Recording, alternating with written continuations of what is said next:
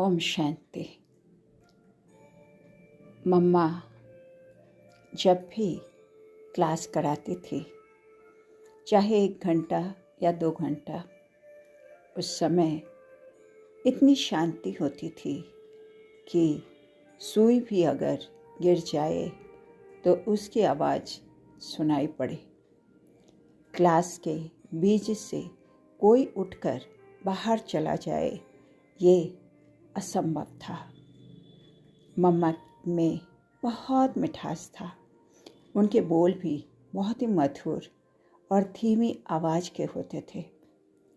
जितनी ज़रूरत है उतना ही बोलती थी। अन्य सब बहुत हंसते थे, बहलते थे, रमणीकता में आते थे, लेकिन मम्मा कभी नहीं। मम्मा भी हंसती थी, परंतु किसी को पता ही नहीं पड़ता था। शब्द रहित हंसी होती थी, वो मधुर मुस्कान होती थी। ज्ञान, ध्यान, योग के सिवाय और किसी में आसक्ति नहीं होती थी। अन्य लोग बाबा के साथ खेलना, रास करना आदि करते थे, लेकिन मम्मा नहीं। इसका अर्थ ये नहीं कि मम्मा हर बात से किनारा करके अलग रहती थी। नहीं, मम्मा सब कार्यक्रम जैसे पिकनिक, घूमना फिरना, खेल पाल आदि में जाती थी, परंतु अपने पुरुषार्थ में मगन रहती थी। ये सब क्रियाकलाप साक्षी होकर देखती थी। इस प्रकार मम्मा का स्वपुरुषार्थ बहुत तीव्र था। मम्मा ने कभी अपना पुरुषार्थ ढीला नहीं छोड़ा था। एक बार भारत के सर्वोच्च न्यायालय के मुख्य न्यायाधीश माननीय वीपी सिन्हा जी मम्मा से मिलने आए। मम्मा हमेशा मम्मा यानी माँ बनकर ही रहती थी।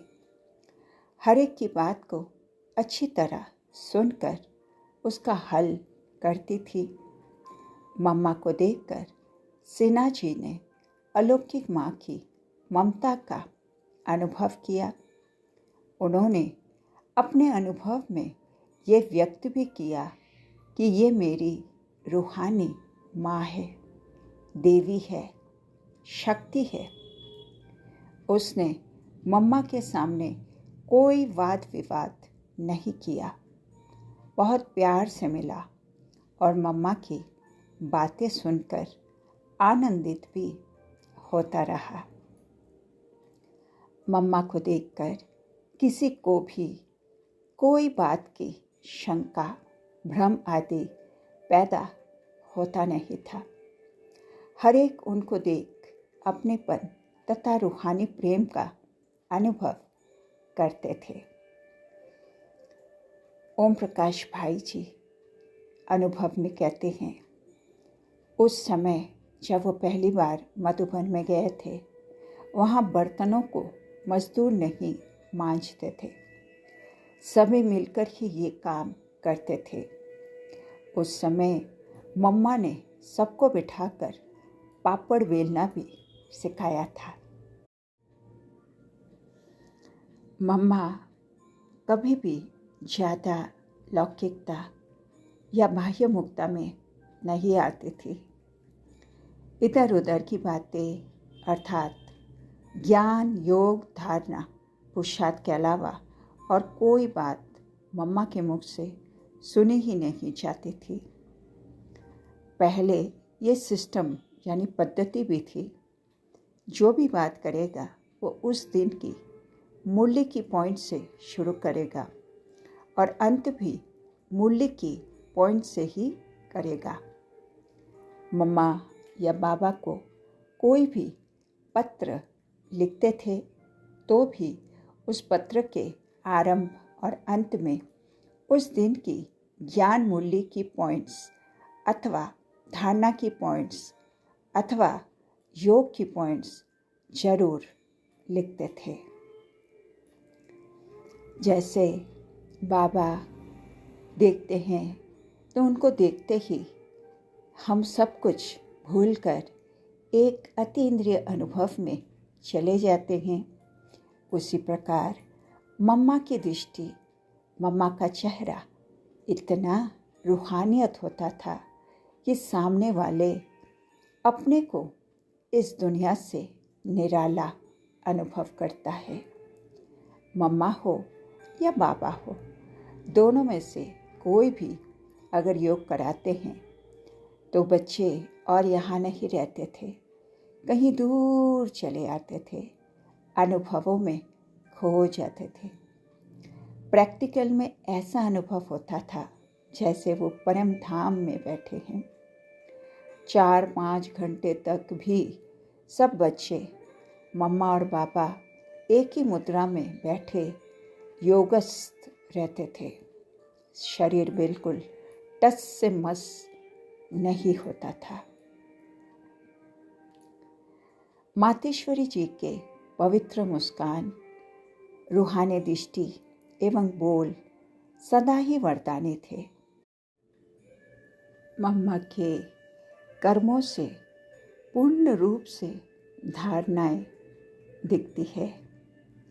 जैसे किसी ने लिखा है, वृक्ष कबहू ना ही फल भके, नदी न साचे नीर, परमार्थ के कारणे साधुन धरा शरीर।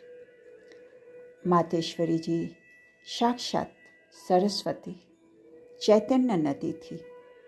एक बार विद्यासागर भाई जी ने मातेश्वरी जी के सम्मुख ये शब्द उच्चारण किए थे, हे माँ, मैं भी इस ईश्वरीय विश्वविद्यालय के कर्तव्य में अपना सारा जीवन समर्पित करना चाहता हूँ।